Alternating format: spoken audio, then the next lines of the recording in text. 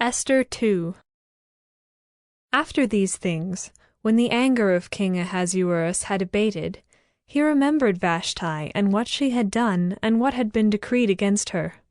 Then the king's young men who attended him said, "Let beautiful young virgins be sought out for the king, and let the king appoint officers in all the provinces of his kingdom to gather all the beautiful young virgins to the harem in Susa, the capital, under custody of Haggai, the king's eunuch, who is in charge of the women. Let their cosmetics be given them, and let the young woman who pleases the king be queen instead of Vashti." This pleased the king, and he did so.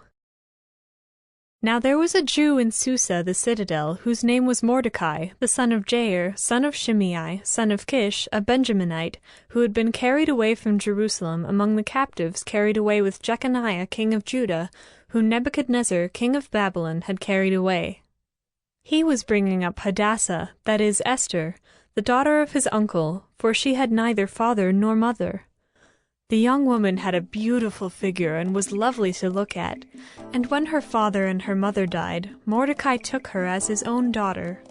So when the king's order and his edict were proclaimed, and when many young women were gathered in Susa the citadel in custody of Haggai, Esther also was taken into the king's palace and put in custody of Haggai, who had charge of the women. And the young woman pleased him and won his favor, and he quickly provided her with her cosmetics and her portion of food, and with 7 chosen young women from the king's palace, and advanced her and her young women to the best place in the harem. Esther had not made known her people or kindred, for Mordecai had commanded her not to make it known. And every day Mordecai walked in front of the court of the harem to learn how Esther was and what was happening to her. Now when the turn came for each young woman to go into King Ahasuerus, after being 12 months under the regulations for the women, since this was the regular period of their beautifying, 6 months with oil of myrrh and 6 months with spices and ointments for women, when the young woman went in to the king in this way, she was given whatever she desired to take with her from the harem to the king's palace. In the evening she would go in, and in the morning she would return to the second harem in custody of Shaashgaz, the king's eunuch, who was in charge of the concubines. She would not go in to the king again unless the king delighted in her, and she was summoned by name. When the turn came for Esther, the daughter of Abihail, the uncle of Mordecai, who had taken her as his own daughter, to go into the king, she asked for nothing except what Haggai, the king's eunuch, who had charge of the women, advised.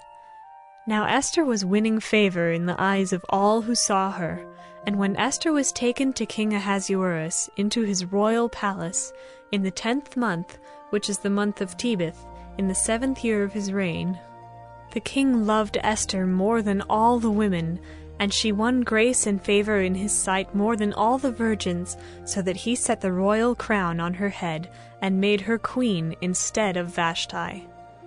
Then the king gave a great feast for all his officials and servants. It was Esther's feast. He also granted a remission of taxes to the provinces, and gave gifts with royal generosity.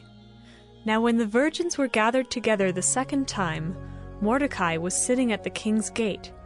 Esther had not made known her kindred or her people, as Mordecai had commanded her, for Esther obeyed Mordecai just as when she was brought up by him. In those days, as Mordecai was sitting at the king's gate, Bigthan and Teresh, 2 of the king's eunuchs who guarded the threshold, became angry, and sought to lay hands on King Ahasuerus. And this came to the knowledge of Mordecai, and he told it to Queen Esther, and Esther told the king in the name of Mordecai.